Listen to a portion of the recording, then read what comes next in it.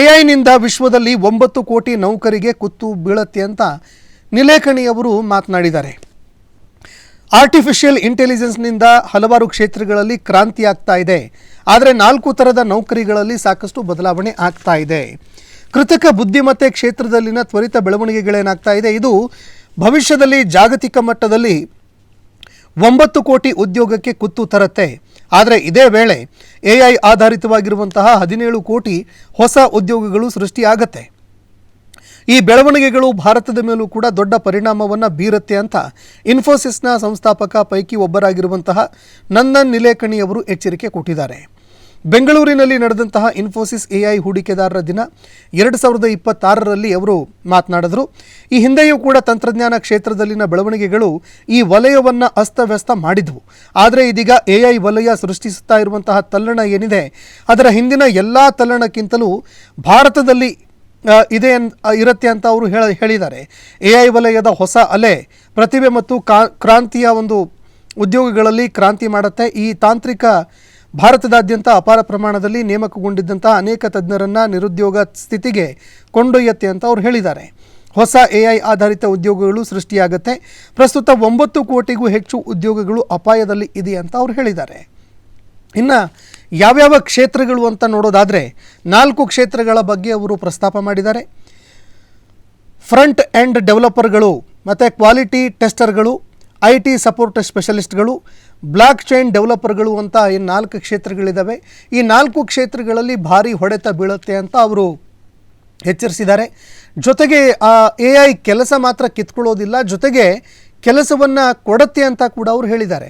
ಅಂದರೆ 9 ಕೋಟಿ ಉದ್ಯೋಗಗಳನ್ನು ಕಿತ್ಕೊಂಡ್ರೆ 17 ಕೋಟಿ ಹೊಸ ಉದ್ಯೋಗಗಳು ಸೃಷ್ಟಿಯಾಗತ್ತೆ ಅನ್ನುವಂತಹ ಒಂದು ಭವಿಷ್ಯವನ್ನು ನುಡಿದಿದ್ದಾರೆ.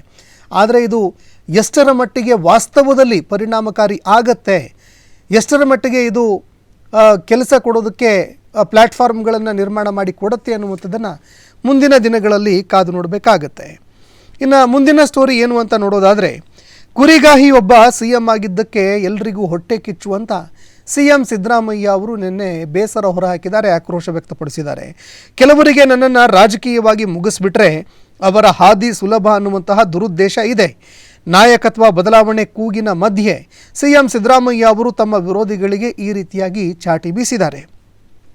ಕುರಿ ಕಾಯ್ತಾ ಇದ್ದ ಒಬ್ಬ ವ್ಯಕ್ತಿ CM ಆಗಿದ್ದೇ ಪಟ್ಟಭದ್ರರ ಕಣ್ಣು ಕೆಂಪಾಗಿಸೋದಕ್ಕೆ ಕಾರಣ. ಇದು CM ಸಿದ್ದರಾಮಯ್ಯ ಅವರು ತಮ್ಮ ವಿರೋಧಿಗಳ ಕುರಿತು ಹೇಳಿದಂತಹ ಮಾತು. ಮುಖ್ಯಮಂತ್ರಿ ಸಿದ್ದರಾಮಯ್ಯ ಅವರು ಸಾಮಾಜಿಕ ನ್ಯಾಯ ದಿನಾಚರಣೆಯಲ್ಲಿ ಜಾಲತಾಣದಲ್ಲಿ X ಖಾತೆ ಹಾಗೂ ಫೇಸ್ಬುಕ್ನಲ್ಲಿ ಸುದೀರ್ಘವಾಗಿ ಒಂದು ಲೇಖನ ಬರೆದಿದ್ದಾರೆ. ಅದರಲ್ಲಿ ತಮ್ಮ ಆಡಳಿತದ ಬಗ್ಗೆ ವಿರೋಧಿಗಳು ನಡೆಸ್ತಾ ಇರುವಂತಹ ಬಹುತೇಕ ದಾಳಿಗಳು, ಟೀಕೆ ಹಾಗೂ ಆರೋಪಗಳು ಏನು ಕೇಳಿಬರ್ತಾ ಇದೆ, ಅದಕ್ಕೆ ಅವರು ಉತ್ತರ ಕೊಟ್ಟಿದ್ದಾರೆ. ತಮ್ಮ ಹುಟ್ಟಿನ ಜಾತಿಯೂ ಕೂಡ ಒಂದು ಕಾರಣ ಅಂತ CM ಸಿದ್ದರಾಮಯ್ಯ ಅವರು ಹೇಳಿದ್ದಾರೆ.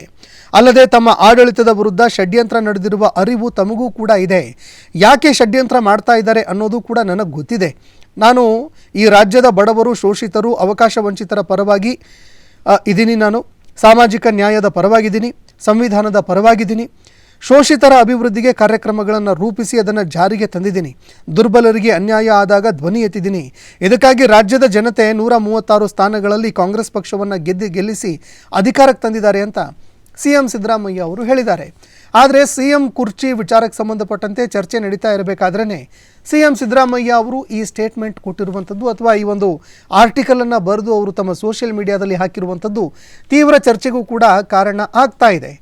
ಬೇರೆ ಯಾವ ಅಸ್ತ್ರವನ್ನು ಪ್ರಯೋಗ ಮಾಡೋದಕ್ಕೆ CM ಸಿದ್ದರಾಮಯ್ಯ ಅವರು ಮುಂದಾಗ್ತಾ ಇದ್ದಾರೆ, ಅಂದರೆ ಅಹಿಂದ ಅಸ್ತ್ರ ಏನಿದೆ ಅದನ್ನು ಪ್ರಯೋಗ ಮಾಡೋದಕ್ಕೆ ಮುಂದಾಗ್ತಾ ಇದ್ದಾರಾ ಅನ್ನೋ ಪ್ರಶ್ನೆ ಕೂಡ ಇಲ್ಲಿ ಎದುರಾಗ್ತಾ ಇರುವಂಥದ್ದು.